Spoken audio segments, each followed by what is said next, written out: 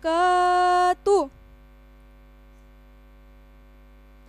Alhamdulillah, alhamdulillahilladzi hadana lihadza wa ma kunna linahtadiya laula an hadanallah.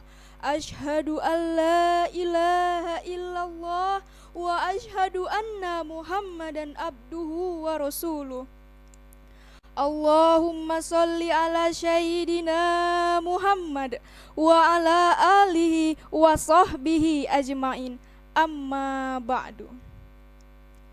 Sekarang ini zamannya modern bang, serba canggih kak, serba teknologi dek. Mau berbicara sambil tatap muka, tinggal 4G atau Skype. Pengen tahu tentang berita dunia yang up to date, tinggal browsing di internet.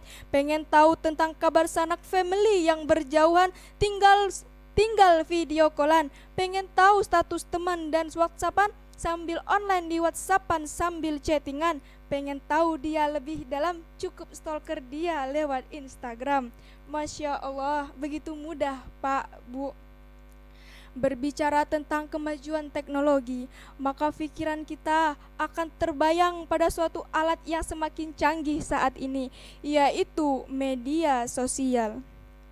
Maka pada kesempatan yang berbahagia ini, izinkanlah saya membawa tema etika komunikasi di media sosial, atau dalam bahasa Arabnya al-filsafatul adabiyah makatibati intironati.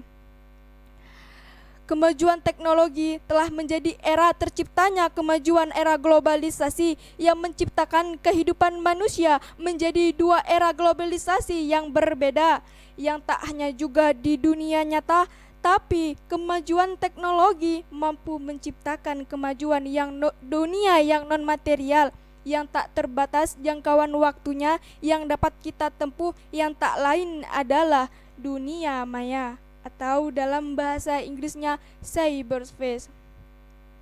Adapun media sosial saat ini yang telah menjadi kebutuhan primer bagi kehidupan manusia. Media sosial adalah media online yang para penggunanya dapat berpartisipasi, berbagi, dan dapat meliputi sebuah isi berupa jejaring sosial, blog, wiki, forum, bahkan dunia virtual. Kemajuan teknologi dan kemajuan era globalisasi telah menciptakan suatu kemajuan sehingga telah banyak masyarakat yang menggunakan media sosial, tapi tanpa mengartikan dari media sosial itu sendiri. Media sosial seakan telah menjadi tempat untuk menumpahkan segala keluh kesah kehidupan manusia tanpa mengesampingkan etika. Hal ini dilihat dari etika yang dipergunakan masyarakat dalam berkomunikasi. Adapun etika yang harus diperhatikan yaitu menggunakan bahasa yang baik, tidak mengandung sara, tidak mengandung unsur pornografi, dan juga saling menghargai. Hadirin wal hadirat rahimakumullah. Komunikasi merupakan interaksi sosial. Dalam Islam menjelaskan bahwa interaksi adalah fitrah manusia. Al-Quran menyebutkan dalam suatu komunikasi adalah term al-qaul. Al-Syahbani misalnya mengartikan al-bayan sebagai kemampuan berkomunikasi. Konsep komunikasi tak hanya berkata tentang etika berbicara, tapi juga adab dalam berbicara. Semenjak Indonesia masuk ke era reformasi, maka Indonesia berada pada suasana yang euforia, yaitu bebas berbicara kepada siapapun, tentang apapun, dan dengan cara yang bagaimanapun. Perihal berkomunikasi dalam Al-Quran dan hadis telah menjadi edukasi penting bagi umat manusia dalam berkomunikasi.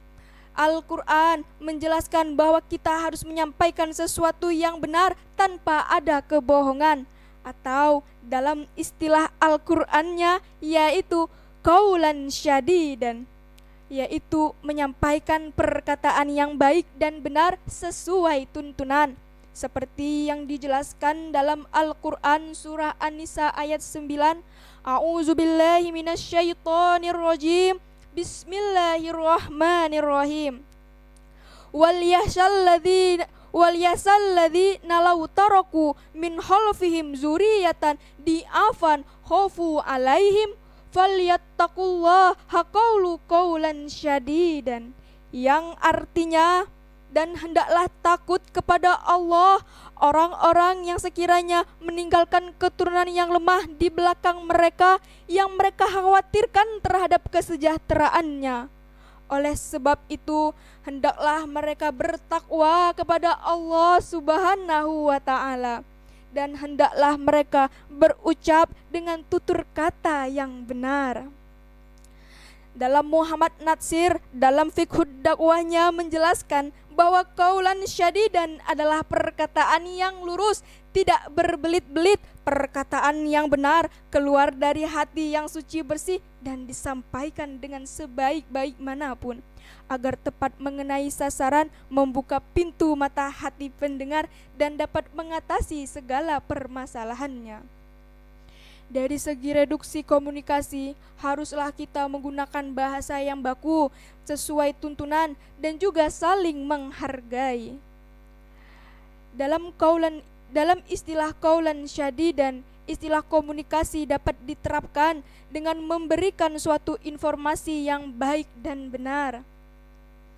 Saudaraku yang seiman, setakwa, sebangsa dan setanah air, berbicara tentang etika perilaku manusia memang tak kunjung habis, karena tak sedikit orang kehilangan pikiran yang logis di depan berwajah manis, tapi hatinya dipenuhi hasrat iblis hingga tak ragu berbuat bengis. Hatinya tertawa walaupun matanya menangis.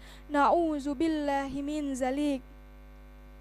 Dalam satu sisi, Pak, Bu, hadirin sekalian, kita memang ingin mengikuti Barat, tapi sayang, bukan teknologinya, tapi westernisasinya, bukan isinya, tapi kulitnya yang kita ambil. Akibatnya terjadi permasalahan dalam etika komunikasi. Seperti sekarang, memberi komentar yang negatif, tidak sesuai tuntunan, memberikan konten dan layanan yang negatif. Bahkan begitu banyak terjadi kekerasan yang berpostingan di suatu media sosial. Bahkan, maaf Pak, Bu, terjadi prostitusi online di media sosial. Na'udzubillahi min zalik. Lalu apa yang dapat kita lakukan? Apakah kita masih bisa menggunakan media sosial? Tentu bisa. Adapun 4 hal etika yang harus kita perhatikan dalam berkomunikasi. Yang pertama, haruslah memberikan komentar yang positif, gunakanlah bahasa yang bagus, dan usahakan untuk selalu memberikan berita yang benar, bukan berita yang hoax. Dalam hadis juga dijelaskan dari Ibnu Mas'ud radhiyallahu an, dari Nabi Muhammad sallallahu alaihi wasallam bersabda, Sesungguhnya kebenaran itu menghantarkan pada kebaikan, dan kebaikan itu menghantarkan ke surga. Seseorang yang selalu berkata benar, maka di sisi Allah ia akan dicatat sebagai orang yang benar. Dan sesungguhnya kejahatan itu menghantarkan pada neraka, dan sesungguhnya kebohongan itu menghantarkan pada kejahatan. Orang yang selalu bersifat dusta, maka di sisi Allah ia akan dicatat sebagai seorang yang pendusta. Hadis riwayat Bukhari dan Muslim. Selanjutnya yang kedua, tidaklah terlalu mengumbarkan suatu pribadi ataupun masalah privasi di media sosial. Hendaklah kita menutup segala kesalahan pribadi kita tanpa mengumbar di sosial media. Jadikan masalah pribadi menjadi privasi. Yang ketiga, hendaklah kita mempostingkan suatu postingan yang positif. Hendaklah kita bisa berbuat kebaikan walaupun di media sosial.